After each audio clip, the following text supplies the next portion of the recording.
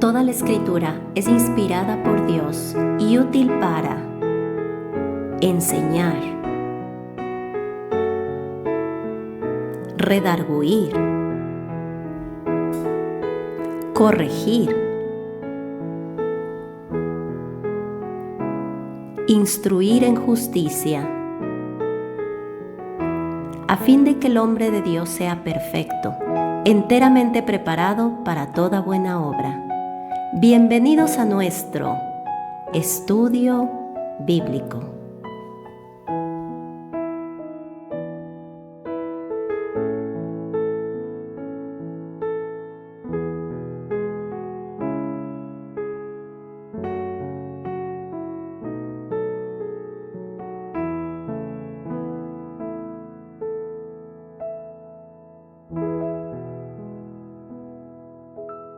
A ver algunos de los versículos que ya vimos, los vamos a volver a leer y vamos a volver a ver algunos aspectos que nos hablan acerca del pecado y cómo Dios pues anhela llevarnos a la victoria, pero cómo muchas veces nosotros pues lastimosamente nos dejamos atrapar por la tentación y nuestros deseos carnales nos llevan detrás de eso, ¿verdad? Cuando hablamos de deseos carnales, no necesariamente hablamos de cosas visibles para los demás. Cuando uno habla de un deseo carnal, pues rápidamente se le viene a las personas o a uno mismo a la mente algún tipo de pecado o de inmoralidad, ¿verdad? Pero no necesariamente nuestros deseos carnales tienden hacia eso. Muchas veces el deseo carnal se manifiesta de formas distintas. Hay personas que su carne no tiende a la inmoralidad, tiende a la codicia, por ejemplo. Hay otras personas que tienden al orgullo y muchas cosas que pues se van despertando en el corazón nos van pues mostrando lo que a nuestra carne le gusta. Entonces, como hemos estado viendo, este tema del pecado es algo muy importante de tener en cuenta, de tener en mente, porque Dios anhela que nosotros vivamos una vida limpia, una vida de santidad. Y no podemos nosotros vivir una vida de santidad si no enfrentamos el pecado en nuestras vidas. Dios anhela que nosotros crezcamos, que nosotros maduremos en nuestra relación con Dios. No es la voluntad de Dios que los creyentes nos mantengamos en la misma posición, espiritualmente hablando, durante toda nuestra vida. No es la voluntad de Dios que nosotros permanezcamos como niños espirituales. Es decir, por ejemplo, Dios nos describe que cuando venimos a Cristo nacemos de nuevo, pero Él espera que nosotros vayamos madurando. El apóstol Juan, por ejemplo, en su primera epístola nos habla de hijos, nos habla de jóvenes, nos habla de padres, cuando se refiere a ese proceso de madurez espiritual. Y la voluntad de Dios es que nosotros maduremos en nuestra vida espiritual. Y esto nos tiene que llevar definitivamente a tocar el tema del pecado en nuestras vidas. Obviamente también la búsqueda de Cristo, no podemos vivir victoriosos si no tenemos un compañerismo con el Señor, si no buscamos su palabra, si no dependemos de Él, porque entonces no nos puede mostrar el Señor a través de su palabra cuál es nuestro pecado. Pero Dios anhela que crezcamos, esa es la idea. Y para crecer nosotros necesitamos de esa libertad del Espíritu de Dios en nuestras vidas. Pero el pecado la interrumpe. Vimos en nuestro estudio sobre las consecuencias del pecado que en Santiago se nos habla acerca de muerte, separación de la comunión o interrupción de la comunión. Y esa separación temporal, porque la comunión está interrumpida por el pecado, no nos permite tener en nosotros la dirección del Espíritu de Dios. Entonces volvemos a ser nosotros, vuelve a ser nuestra carne la que tiene control. Y si somos nosotros, si es nuestra carne, nunca podremos tener victoria, ¿verdad? Hoy vamos a continuar hablando acerca del pecado y vamos a retomar algunos versículos de los cuales hemos platicado. Vamos a ordenar nuestros pensamientos en cuanto al pecado para ir avanzando poco a poco. Entonces, pues vamos a hacer una oración para pedirle a Dios que nos guíe, ¿sí? Oremos. Padre, te queremos agradecer, mi Dios, esta oportunidad que tú nos das de meditar nuevamente en tu palabra. Y queremos rogarte, Señor, que pues tú uses este tiempo para alentar nuestros corazones, a vivir para ti, Señor, y a buscar esa vida limpia que tú anhelas en nosotros. Guíanos, Padre, te lo pedimos en el nombre de Jesús. Amén. Entonces, vamos a ir al pasaje que hemos estado usando como base para todo esto y vamos a retomar algunas de las cosas que hemos mencionado. Vamos a Santiago, en el capítulo 1 de Santiago. Vamos a leer acá los versículos 13 al 18, no, al 17, perdón. 13 al 18 de Santiago, capítulo 1. Ese es el pasaje que estamos usando para nuestro estudio, ¿verdad? De este tema de la tentación y el pecado. Entonces dice acá en Santiago, capítulo 1, versículos 13 al 17, lo siguiente. Cuando alguno es tentado, no diga que es tentado de parte de Dios, porque Dios no puede ser tentado por el mal, ni Él tienta a nadie, sino que cada uno es tentado cuando de su propia concupiscencia es atraído y seducido. Entonces la concupiscencia, después que ha concebido, da a luz el pecado, y el pecado, siendo consumado, da a luz la muerte. Amados hermanos míos, no erréis. Toda buena dádiva y todo don perfecto desciende de lo alto, del Padre de las luces, en el cual no hay mudanza ni sombra de variación. Entonces hemos hablado cómo este pasaje nos describe ese proceso que nos lleva hasta el pecado.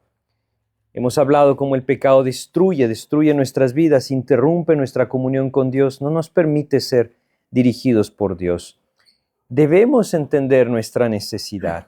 Nuestra necesidad es dejar de andar en la carne y empezar a andar en el Espíritu.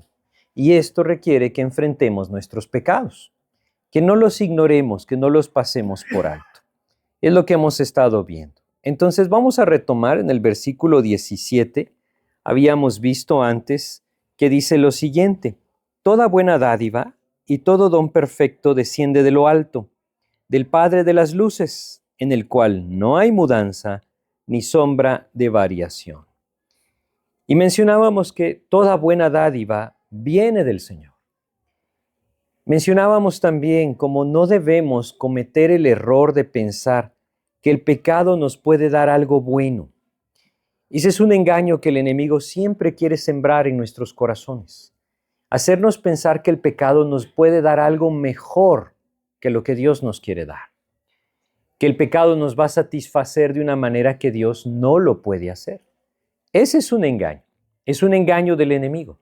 Y no debemos dar lugar a este engaño. Debemos entender que todo inicia con ese deseo que hay en nuestro corazón. Acabamos de leer acá concupiscencia, ese es el deseo que hay dentro de nosotros. Si nosotros estuviéramos llenos de gozo por Cristo, si estuviéramos saciados por Cristo, si estuviéramos plenos en Cristo, entonces no tendríamos la necesidad de buscar satisfacción en la tentación para que nos lleve al pecado.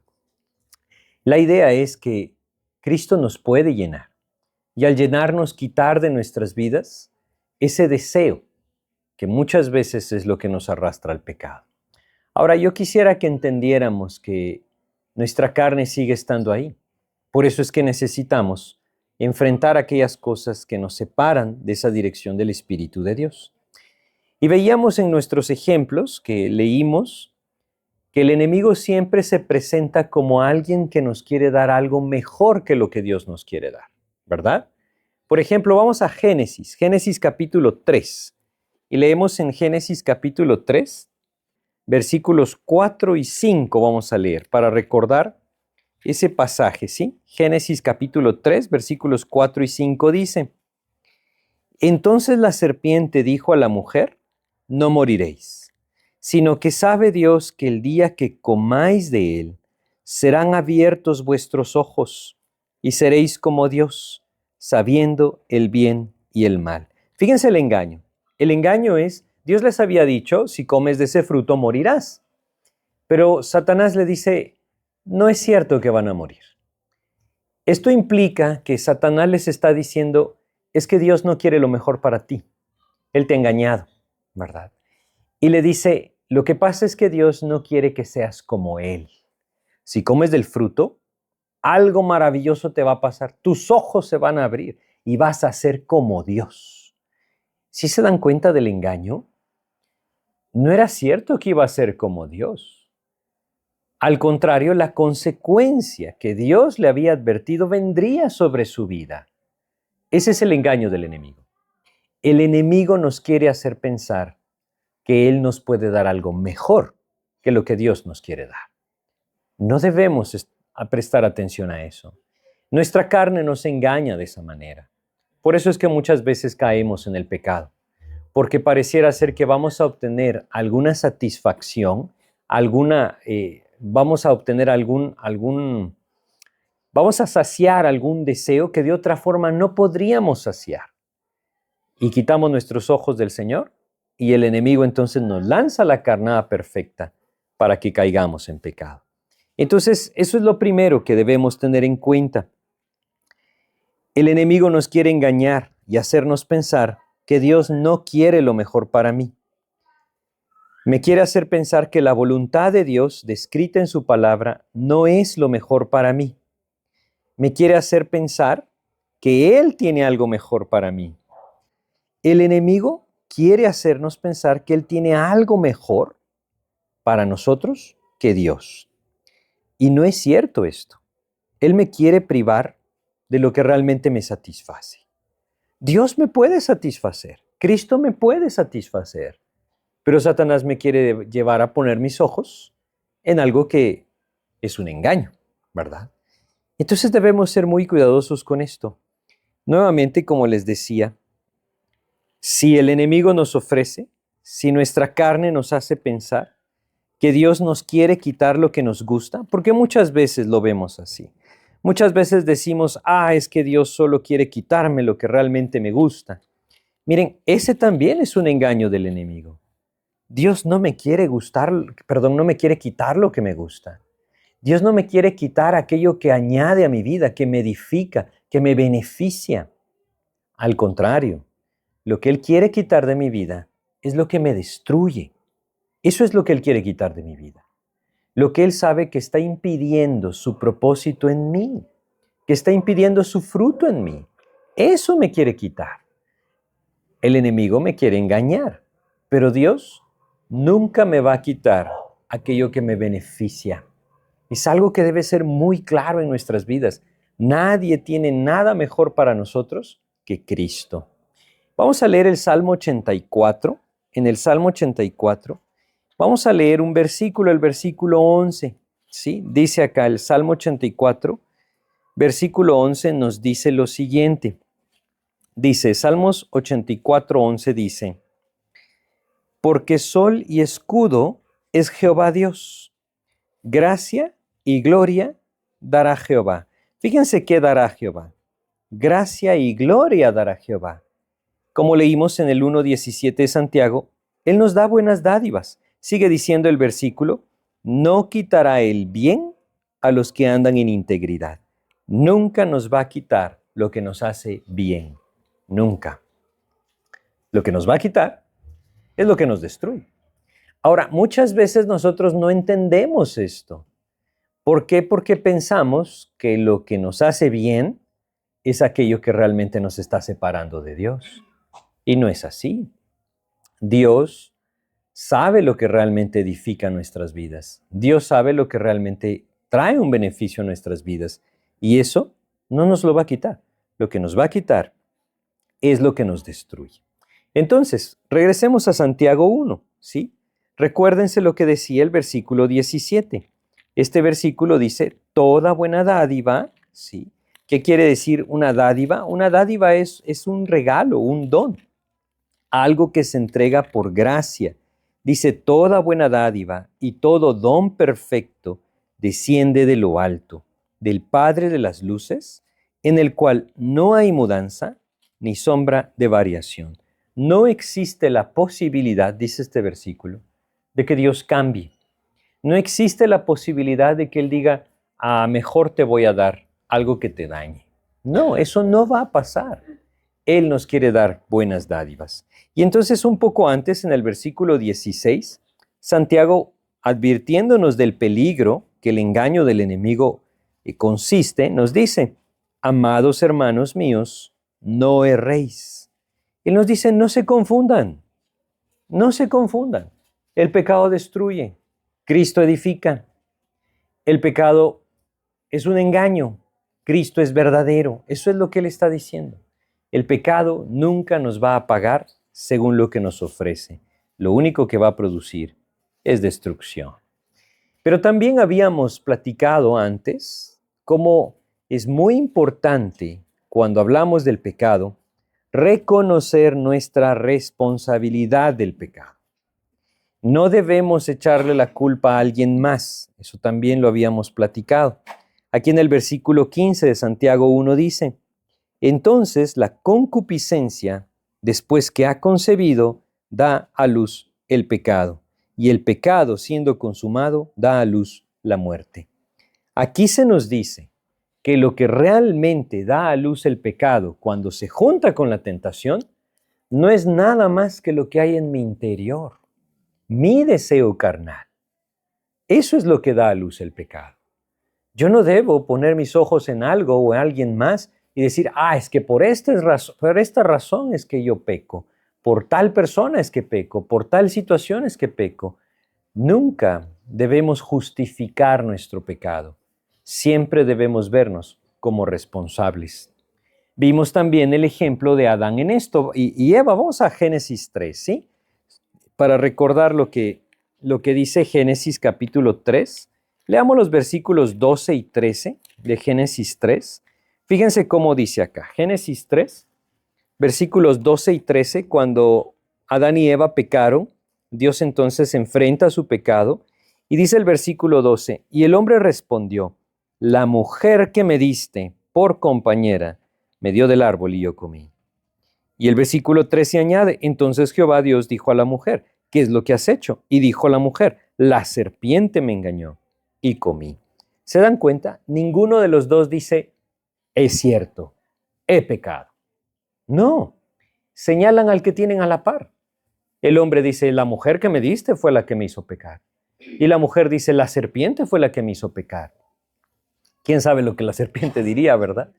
Pero la idea es entender que ese es un error que constantemente cometemos. Si yo no tengo paciencia, no es por las personas que me rodean, es porque esa es una debilidad de mi carne. Satanás la conoce, pone la tentación y mi carne se levanta y caigo en el pecado de la impaciencia. Si yo no tengo dominio propio, es porque dentro de mí, en mi carne, existe esa falta de dominio propio. Quizá existe ira, quizás existe el enojo, existen muchas cosas que se levantan.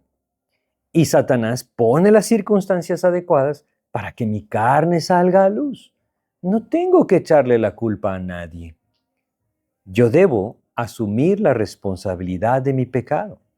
Esta es la única manera en la que voy a acudir a Cristo. Si justifico mi pecado, no acudo a Él para buscar perdón, para buscar limpieza, porque pienso que hay una razón por la que yo estoy actuando así. Nunca hay una razón válida para el pecado. Es bien importante que lo entendamos. Y vimos en el Salmo 51 cómo David confesaba su pecado. Leamos en el Salmo 51. Vamos a leer los versículos 3 y 4 del Salmo 51. Y recordemos que David reconoce que él ha pecado. Esto es algo muy diferente. Eso es lo que nosotros necesitamos reconocer. Salmo 51, versículos 3 y 4 dice, porque yo reconozco mis rebeliones y mi pecado está siempre delante de mí. Contra ti solo he pecado y he hecho lo malo delante de tus ojos para que seas reconocido justo en tu palabra y tenido por puro en tu juicio. David le dice a Dios, Señor, tú cumpliste, tú eres recto, tú eres justo, tú no fallaste, fui yo, Señor. Eso es lo que él dice. Reconozco mis rebeliones, le dice. reconozco que yo he pecado contra ti. Eso es lo que necesitamos hacer, reconocer nuestra responsabilidad ante el pecado. Entonces, vamos repasando. Primero, no debemos caer en el engaño de pensar que Satanás tiene algo mejor para mí que lo que Cristo tiene para mí. No debo caer en ese engaño de pensar que el pecado me ofrece algo mejor que lo que Cristo me ofrece. Debo ser cuidadoso. Segundo, no debo echarle la culpa a nadie más. Debo asumir mi responsabilidad en el pecado. Si yo estoy viviendo, pongo un ejemplo, si yo estoy viviendo una vida que constantemente cae en el engaño, en la mentira hacia los demás, no hay otra razón más que porque mi carne se levanta y me lleva a vivir así. Yo soy responsable de esto. Si estoy viviendo una vida de inmoralidad, no hay otra razón más que mi carne me está llevando a esto. Yo soy responsable de mi pecado. Debo verlo así para enfrentar entonces el pecado en mi vida y acudir a Cristo. Esa es la idea. Ahora, tercero, debemos confiar en que Dios puede y quiere darnos la victoria. ¿Sí? Él no quiere que nosotros vivamos derrotados. No quiere que nosotros estemos constantemente siendo arrastrados por el pecado. Él nos quiere dar victoria. Vamos a leer un pasaje que está en 1 Corintios. Leamos en el capítulo 10 de 1 Corintios. Vamos a leer acá el versículo 13. 1 Corintios, capítulo 10, versículo 13. Dice lo siguiente, dice, no os ha sobrevenido ninguna tentación que no sea humana, pero fiel es Dios, que no os dejará ser tentados más de lo que podéis resistir, sino que dará también juntamente con la tentación la salida para que podáis soportar. ¿Se dan cuenta cómo el Señor nos dice? Nunca vamos a ser sometidos a una tentación que sobrepase la gracia de Dios. Eso es lo que dice. Nunca Dios va a permitir que el enemigo lance delante de nosotros una carnada de la cual el Señor no nos pueda fortalecer para decir no. Dios nos quiere dar la victoria. Él hace todo para que tengamos la victoria. Su gracia nos provee de la victoria. Además, dice, Él siempre provee una salida, una manera en la que yo puedo obtener esa victoria dependiendo de Cristo. No hay justificación para el pecado, entonces, ¿verdad? Ahora, sería maravilloso que nosotros no pecáramos, pero no es nuestra realidad y debemos reconocerlo. Cuando Dios nos muestra, debemos volvernos a Él en arrepentimiento. Y al volvernos a Él en arrepentimiento, debemos aprender a recibir su perdón. Pero también debemos contemplar que Dios nos quiere victoriosos, ¿sí? Vamos a leer aquí mismo, en 1 Corintios 10, leamos el versículo 12. Fíjense cómo dice este versículo. Así que el que piensa estar firme, mire que no caiga. Dios nos dice que debemos ser vigilantes. El Señor Jesús le decía a sus discípulos, velad y orad para que no entréis en tentación. Necesitamos vivir velando, con nuestros ojos constantemente puestos en Cristo, porque si nosotros no vivimos velando, entonces no nos daremos cuenta cuando el enemigo nos está atacando. Dios nos puede dar la gracia de observar y Él anhela darnos la victoria. Debemos confiar que Dios es poderoso. Ahora, hay cosas en nuestras vidas que nosotros decimos, pero es que esto es muy difícil para mí. Es que esto está arraigado en mí. Miren, yo entiendo, Dios sabe que así es y por eso nos describe en su palabra, que hay muchas cosas en la vida de las personas que a lo largo de sus años sin Cristo se van formando como parte de su vida. Cosas que son un pecado ante los ojos de Dios, pero que se vuelven un hábito constante, ¿sí? Quiero ponerles un ejemplo. Hay personas que toda la vida se acostumbraron a gritar y a decir palabras soeces, a hablar rudamente a uno, a gritarle al otro. La Biblia lo describe como gritería, ¿verdad? No sé, por ejemplo, en una ocasión veía una persona que describía esta palabra gritería con algo comparable a te voy a ahorcar. No sé cuántas veces uno, por decirlo de forma, pues simplemente porque la carne sale, lo dice. Ahora, le estoy poniendo un ejemplo. Quizá nosotros estamos acostumbrados a la gritería y decimos, es que eso sí, no hay manera de que Dios me lo quite. Pero nosotros debemos confiar en que Él es poderoso para transformarnos. No se trata de nosotros, se trata de Cristo, quien hace de nosotros nuevas criaturas. Eso dice 2 Corintios 5:17. Si alguno está en Cristo, nueva criatura es. Las cosas viejas pasaron. Hay un ejemplo que yo quisiera que leyéramos, 1 Corintios, capítulo 6. Fíjense cómo el apóstol Pablo escribe a esta iglesia que estaba en medio de un mundo de pecado. Es decir, la ciudad de Corinto era un medio en el que el pecado gobernaba, la inmoralidad gobernaba.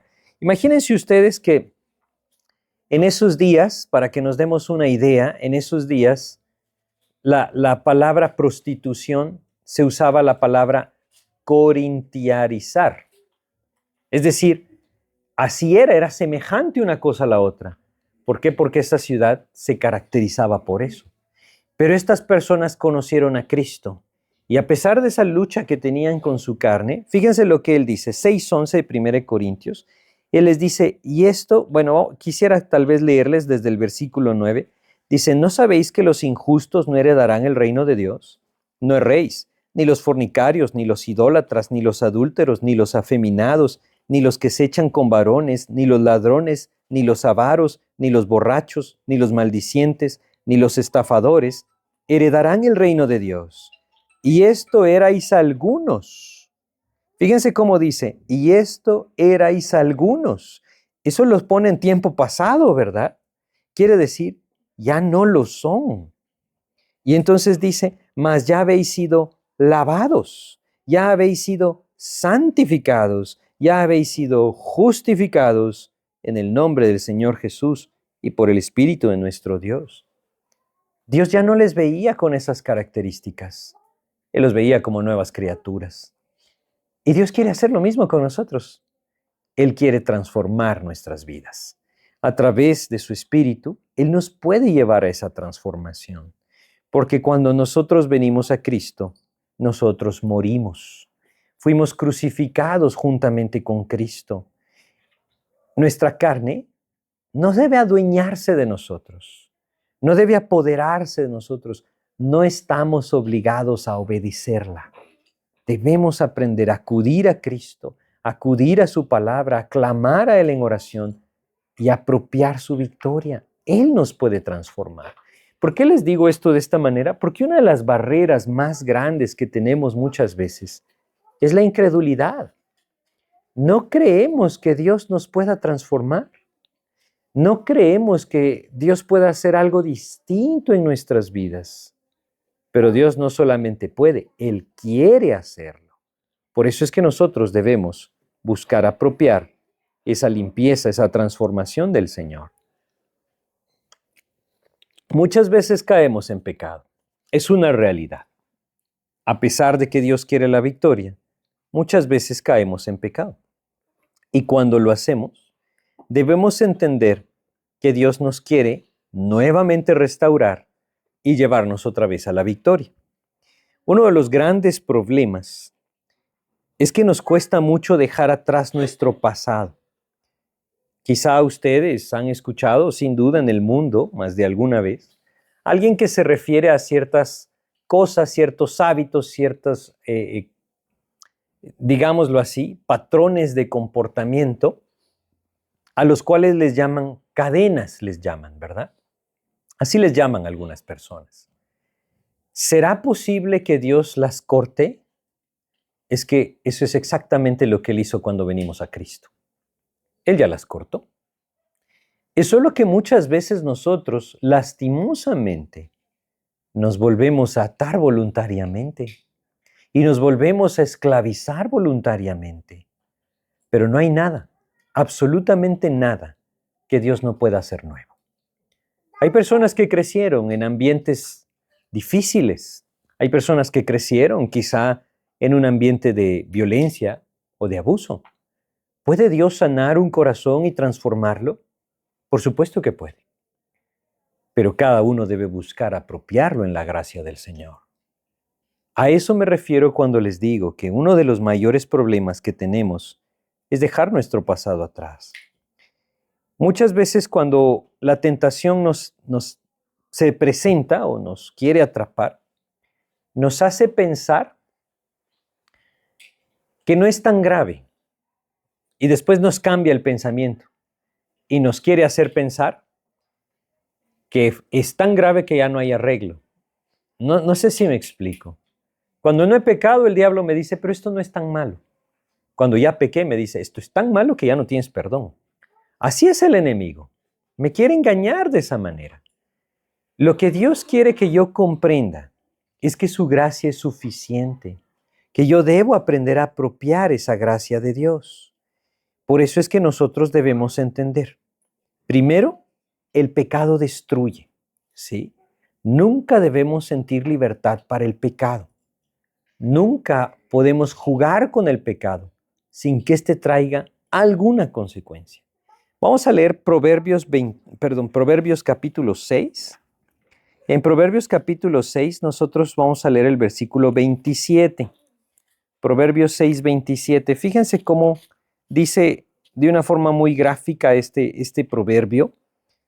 Ilustra este principio, como todo pecado es grave. Esa es la idea, ¿verdad? Dice Proverbios 6:27, ¿tomará el hombre fuego en su seno sin que sus vestidos ardan? ¿Qué dicen ustedes? ¿Puedo yo agarrar una brasa en mis manos sin que mis manos se quemen? No. La idea es, ¿puedo yo vivir en pecado sin que éste me afecte? No. De la misma manera que yo no puedo agarrar el fuego en mis manos sin quemarme, así no puedo dar lugar al pecado sin que éste me afecte. Me va a afectar.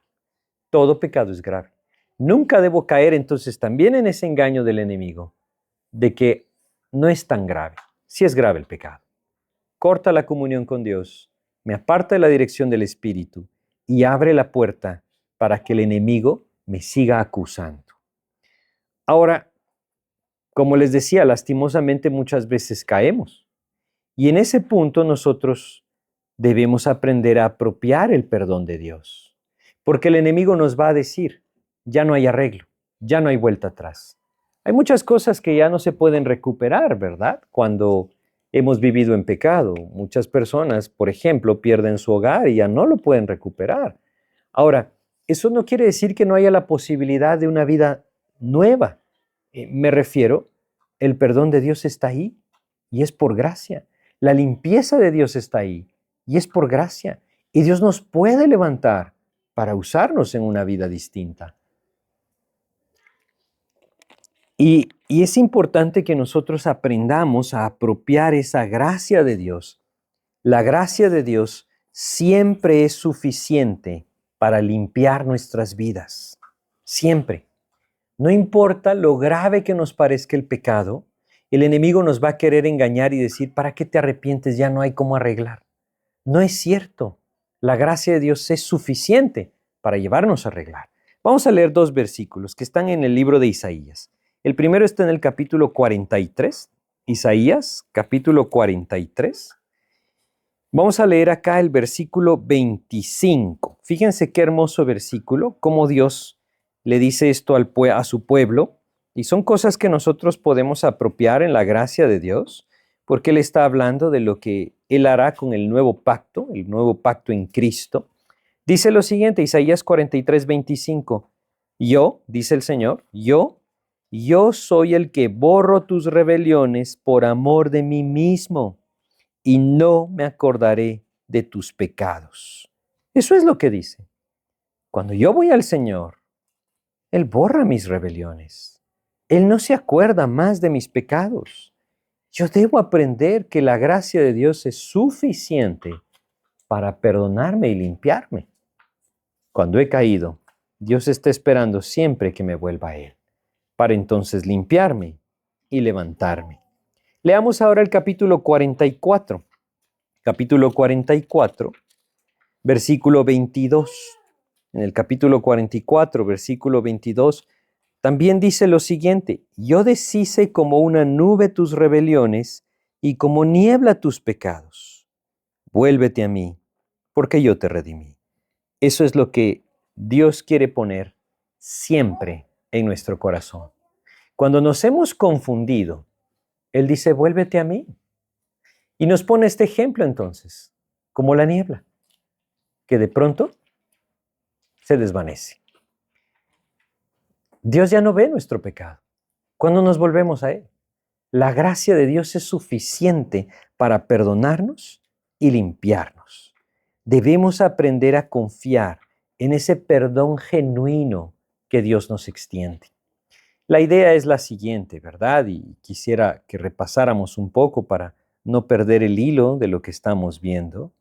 Primero, estamos viendo que Dios siempre nos quiere dar lo mejor. El enemigo quiere engañarnos y hacernos pensar que Él nos puede dar algo mejor. Pero no es cierto. Toda buena dádiva proviene del Señor. Segundo, veíamos, debemos reconocer nuestra responsabilidad del pecado. Santiago nos describe en los versículos 14 y 15 del capítulo 1 que solo hay dos actores acá, la tentación y mi deseo carnal. Son suficientes para dar a luz el pecado. No necesito de nada ni nadie más. Yo soy responsable de mi pecado. Y esto me tiene que traer entonces al Señor. ¿Por qué? Porque cuando caemos, debemos confiar en que Dios puede levantarnos. Él quiere darnos la victoria, pero cuando nosotros caemos, Él puede levantarnos. Y esto nos debe llevar a apropiar la gracia de Dios para recibir por gracia, como les digo, ese perdón genuino, ¿sí? ¿A qué se refiere ese perdón genuino? ¿Cómo es el perdón de Dios? Muchas veces nosotros decimos que perdonamos, pero seguimos echando en cara las cosas. Eso no es perdón. Si yo le digo a alguien te perdono, pero al siguiente le digo, pero ayer me hiciste lo mismo, entonces no le perdoné. ¿Por qué? Porque estoy sacando nuevamente a luz la ofensa. Y el perdón entierra las cosas, ¿sí? Vamos a leer Miqueas, es un pequeño libro que está antes de terminar el Antiguo Testamento. Ahí van a encontrar Miqueas, ¿sí? Dice en Miqueas capítulo 7, vamos a leer, ¿sí? Miqueas capítulo 7. Leamos acá los versículos 8 y 9 de Miqueas, 18 y 19 de Miqueas 7, ¿sí? Miqueas capítulo 7, versículos 18 y 19. Fíjense cómo nos dicen estos versículos. Dice, ¿qué Dios como tú, que perdona la maldad y olvida el pecado del remanente de su heredad? No retuvo para siempre su enojo, porque se deleita en misericordia. Él volverá a tener misericordia de nosotros, sepultará nuestras iniquidades y echará en lo profundo del mar todos nuestros pecados. Fíjense cómo dice. Él dice, yo no me voy a recordar. Dios nunca va a hacer eso. Nunca va a sacar del fondo del mar un pecado y me va a decir, ayer cometiste lo mismo. Nunca. Porque su perdón es perfecto, es verdadero, es genuino. Él ya echó en lo profundo del mar mis faltas. Y cada pecado ante los ojos de Dios es algo nuevo. Qué maravilloso poder entender esto. Obviamente no para justificar el pecado, sino porque la gracia de Dios debe recibirse de esta manera para que entonces podamos apropiar también su perdón. Ahora, obviamente Dios nos llama a volvernos a Él. Cuando nosotros caemos, ya lo veíamos antes, debemos volvernos a Él y apropiar ese perdón. Si nosotros lo hacemos, Dios nos limpia. ¿Recuerdan lo que hemos leído en 1 de Juan 1:9? Si confesamos nuestros pecados, Él es fiel y justo para perdonar nuestros pecados y limpiarnos de toda maldad. Cuando el Señor dice esto, Él lo cumple. Lo que Él está esperando solamente es que volvamos a Él. Si hemos caído en pecado, debemos volvernos al Señor y apropiar su perdón, apropiar su limpieza y buscar su victoria. Esa es la idea. Si yo asumo la responsabilidad de mi falta, entonces debo arreglarla y esto me tiene que llevar al Señor para que Él me perdone y me limpie. Creo que uno de los pasajes más claros, más hermosos que nos hablan de esto, está en Isaías 1. Vamos a Isaías capítulo 1. Y leamos en Isaías capítulo 1 el versículo 18. ¿Sí? Dice acá, Isaías capítulo 1, versículo 18, nos dice lo siguiente. Dice, venid luego, dice Jehová, y estemos a cuenta. Si vuestros pecados fueren como la grana, como la nieve serán emblanquecidos. Si fueren rojos como el carmesí, vendrán a ser como blanca lana. Fíjense qué importante esto. Él dice, vengan y pongámonos a cuenta. Esto es, vengan y confiesen delante de mí. Y cuando vamos al Señor, Él dice, no importa qué tan sucios vengan, no importa qué tan negros estén sus corazones, digamos, yo los voy a limpiar. Y los voy a dejar tan limpios como la nieve resplandeciente. Cuando a la nieve le pega el sol, es tan resplandeciente que es muy difícil incluso verla. A simple vista lastima nuestros ojos, a eso me refiero. Así es como Dios nos deja cuando venimos a Él y le decimos, Señor, perdóname, no quiero más este pecado en mi vida. Él nos perdona y nos limpia y nos levanta y nos da la posibilidad de una nueva vida. Es algo maravilloso esto y muy importante de apropiar, porque si bien Dios nos quiere dar la victoria, cuando caemos, el enemigo nos quiere engañar, haciéndonos pensar que ya no hay vuelta atrás. Y no debe ser así. Si no nos volvemos, nunca tendremos victoria. Debemos volvernos al Señor y apropiar su perdón. Vamos a leer otro versículo. Vamos a Lamentaciones capítulo 3. Después del libro de Jeremías está Lamentaciones. Jeremías escribió este pequeño libro de Lamentaciones con motivo de la conquista de Jerusalén. Y en medio de ese profundo dolor que el pecado había causado, es decir, la destrucción de toda esta nación, Dios le recuerda esto a Jeremías y nos deja esto en Lamentaciones capítulo 3, versículo 23. Lamentaciones 3, 23. Dice lo siguiente, muy sencillo el versículo, nuevas son cada mañana, grande es tu fidelidad. Fíjense cómo dice. ¿Pequé? Dios me dice, ven y pongámonos a cuentas. Si tus pecados son rojos como la grana, yo los voy a dejar blancos como la nieve. Eso significa, va a haber una nueva oportunidad, un nuevo día. La misericordia de Dios se manifiesta y nuevamente yo puedo vivir con todo mi corazón para Él. Es maravilloso lo que Dios hace. No hay razón para vivir atrapado en el pecado, ¿se dan cuenta? Dios me provee todas las herramientas para vivir victorioso. Él corta todas mis cadenas. Él corta absolutamente todo lo que me ata al pecado y puede saciarme de tal manera que no necesito satisfacer mi deseo carnal. Él me promete la victoria. Me promete que no seré tentado más de lo que puedo soportar y que me dará la salida. Yo debo ser responsable de mi falta. Cuando peco, debo venir al Señor. Y debo entonces apropiar su gracia, apropiar su perdón y volverme nuevamente a Él para caminar con Él. Y otra vez, vivir victorioso. Esa es la vida del creyente. Esa es la lucha del creyente, constantemente. Pero si no la apropiamos, el enemigo es muy astuto, saben ustedes.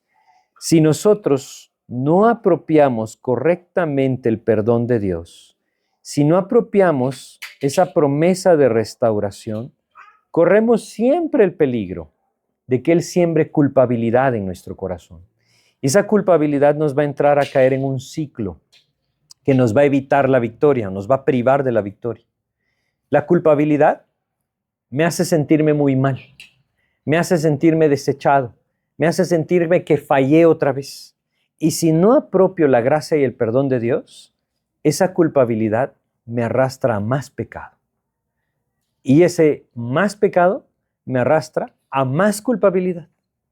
Y mientras más culpabilidad, más entonces profundizo en el pecado. Y hasta que Dios me quebrante, podrá abrir mis ojos para salir de ahí.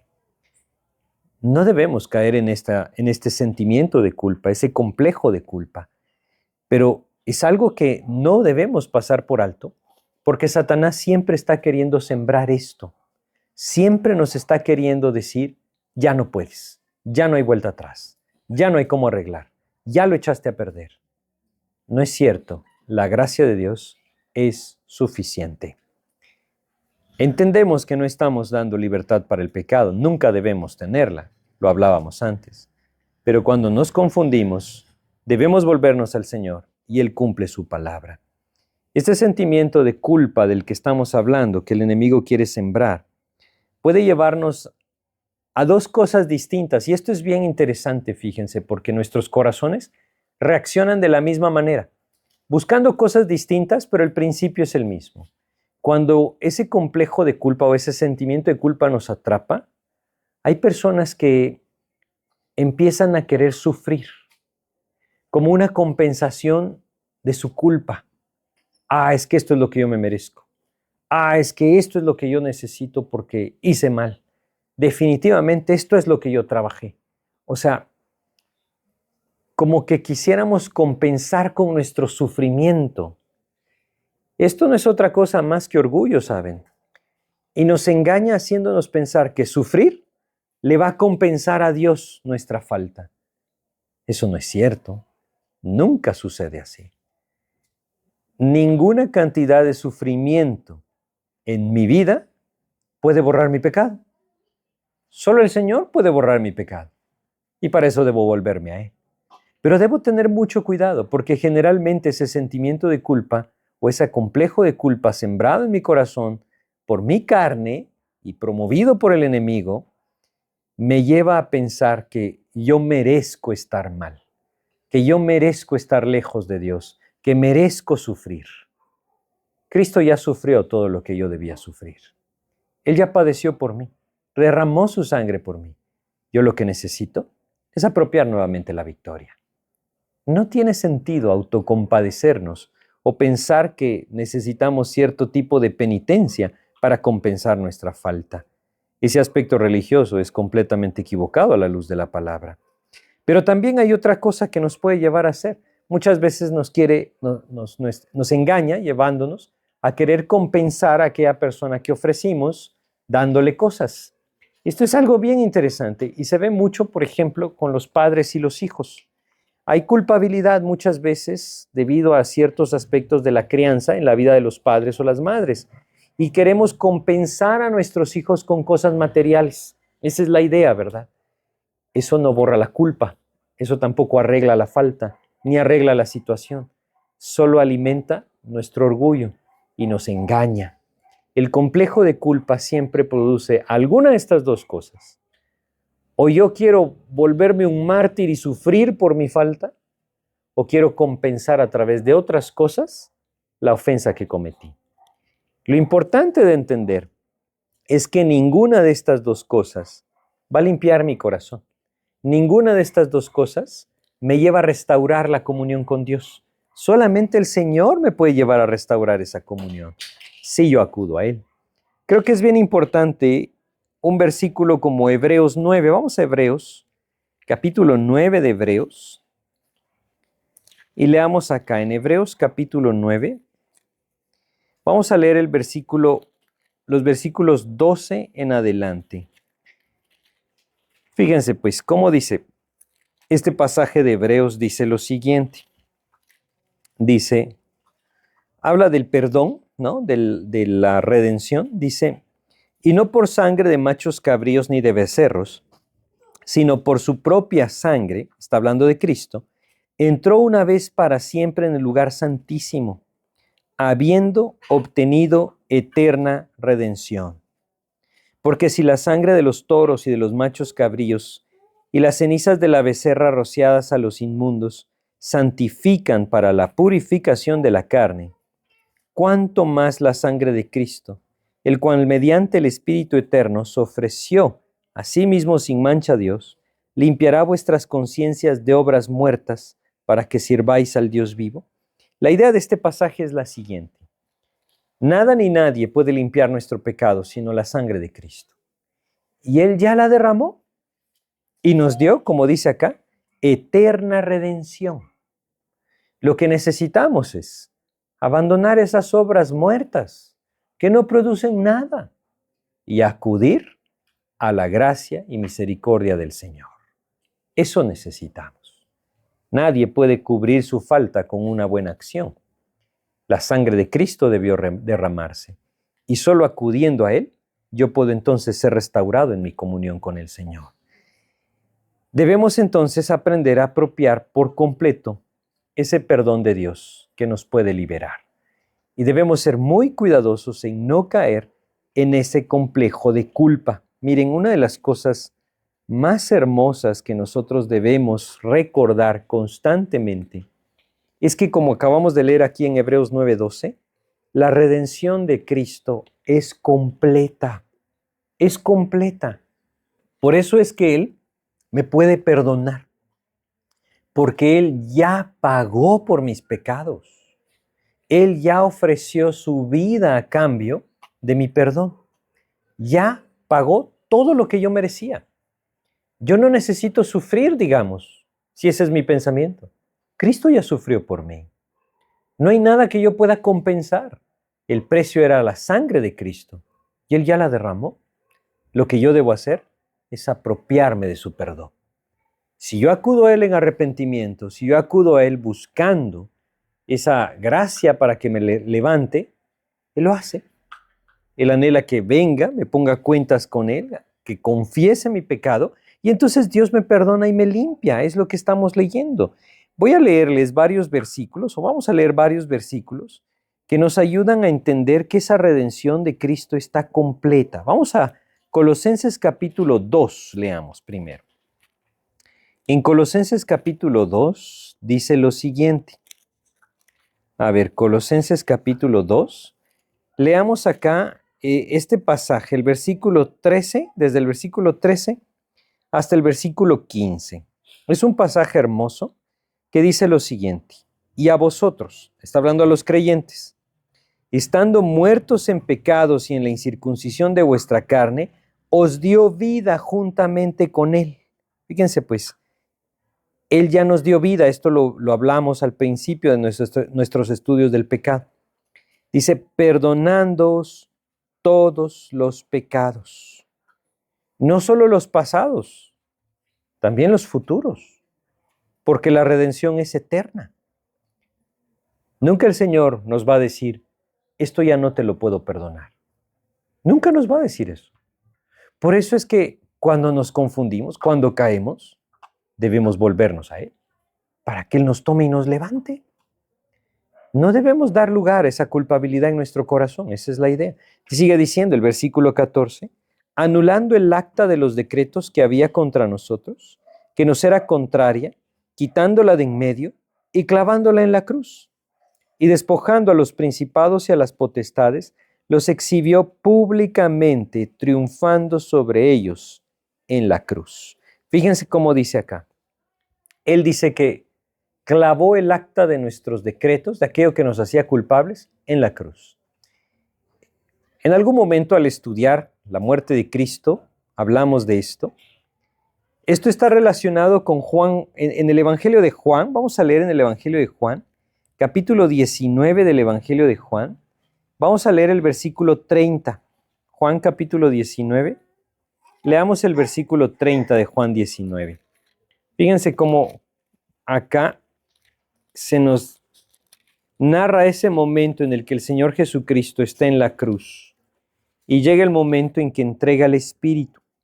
Juan capítulo 19, versículo 30 dice, cuando Jesús hubo tomado el vinagre, dijo, consumado es. Y habiendo inclinado la cabeza, entregó el Espíritu. En Colosenses 2 leemos acerca del acta de los decretos que había contra nosotros y que nos hacía culpables. ¿Qué es eso? Imaginémonoslo de esta manera. Era la lista de nuestros pecados. Todos. Los de toda nuestra vida. Él la tomó y la clavó en la cruz. Cuando murió en la cruz, al entregar su espíritu, Él dijo, está pagado. La idea es bien gráfica. En el tiempo de los romanos, cuando una persona era condenada por algún delito y era puesta en la cárcel, se ponía un acta en frente de él, en su celda o en algún lugar, donde se describía el delito que había cometido y la pena que estaba cumpliendo. Cuando esa pena era cumplida, se le escribía la palabra tetelestai, quiere decir consumado es. Así se le escribía. Y entonces se hacía el rollo, se le daba a la persona y esa persona salía libre. Lo que nosotros estamos leyendo aquí es eso. Lo que Dios nos dice en su palabra es que todos nuestros pecados estaban en un acta, pero esos pecados, esa acta de nuestros pecados, fue clavada en la cruz, en donde se le escribió, consumado es, está pagado. No hay ningún pecado que nosotros hayamos cometido o que vayamos a cometer que no esté en esa acta. Y esa acta ya tiene escrito, consumado es. ¿Por qué? Porque la muerte de Cristo en la cruz pagó por todos mis pecados. Esa es la razón por la cual Él me perdona. Esa es la razón por la cual Él ya me perdonó. Esa es la razón por la cual la comunión puede ser restablecida cuando yo me vuelvo a Él y confieso mi pecado. Ahí, su fidelidad y su justicia me perdonan y me limpian. Y la comunión se restablece. Y nuevamente yo puedo vivir victorioso. Debo aprender esto y debo echar mano de esto, porque Dios me ofrece victoria.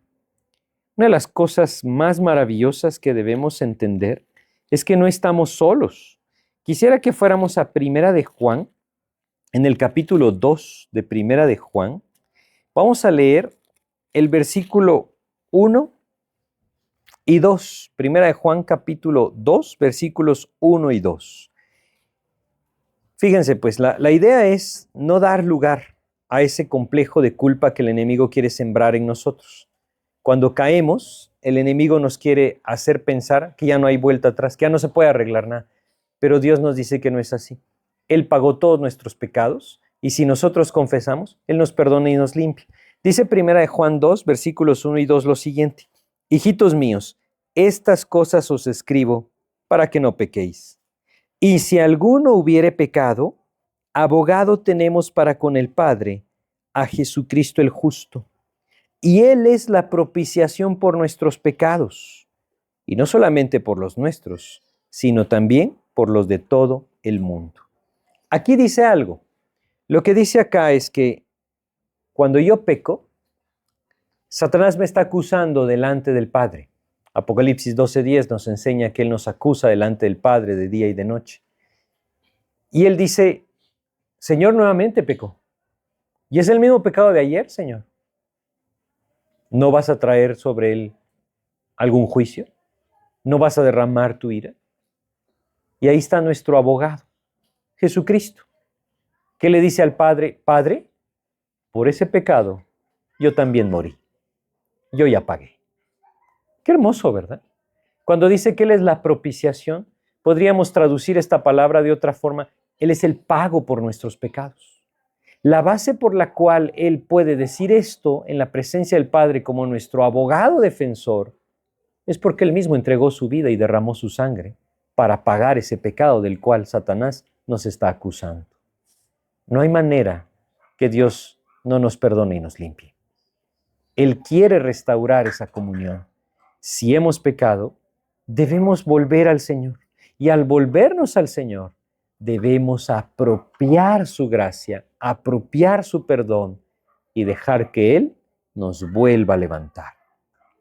Si no aprendemos a apropiar correctamente el perdón de Dios y apropiar esa promesa de restauración que Él nos deja en su palabra, el enemigo se va a aprovechar y el pecado va a volverse un ciclo en nuestras vidas, de tal manera que nos vamos a destruir. Por eso debemos entender que al caminar hacia la victoria, debemos buscar constantemente apropiar esa gracia de Dios, ¿verdad? Pues yo creo que vamos a detenernos acá y vamos a orar para pedirle a Dios que nos guíe, ¿verdad? Entonces, la idea de lo que hoy quería que viéramos o pues meditáramos un poco es esto que les decía. Primero, solo el Señor tiene las mejores cosas para nosotros. No caigamos en el engaño del enemigo que nos quiere hacer pensar que el pecado nos va a dar algo mejor. Segundo, debemos reconocer nuestra responsabilidad del pecado. Nadie tiene la culpa, nadie es responsable, nosotros mismos lo somos. Si nosotros reconocemos esta responsabilidad del pecado, debemos entender que Dios no nos quiere derrotados, Él nos quiere dar la victoria.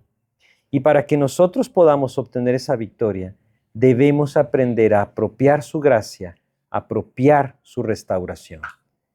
Si no lo hacemos, el enemigo nos va a destruir, sembrando en nosotros ese complejo de culpa. Así es que Dios nos puede limpiar. Y Él nos limpia, como lo leíamos, para dejarnos tan blancos como la nieve. No hay nada que nos ate a nuestro pasado. No debe haberlo. Cada día es un nuevo día para vivir para Cristo. Como lo leímos, nuevas son cada mañana y grande su fidelidad para permitirnos hoy vivir victoriosos.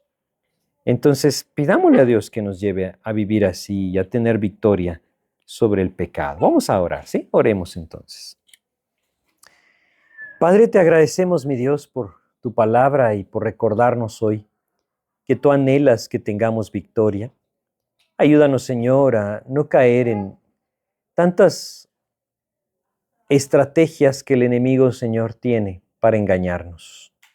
Ayúdanos, Padre, a apropiarnos de tu gracia cuando nos equivocamos, de tal manera que nos sepamos perdonados, que nos sepamos restaurados, no en base a lo que nosotros sufrimos o podemos compensar, sino en base a lo que tú pagaste en la cruz por nosotros. Ayúdanos a entenderlo de esta manera y apropiarlo de esta manera.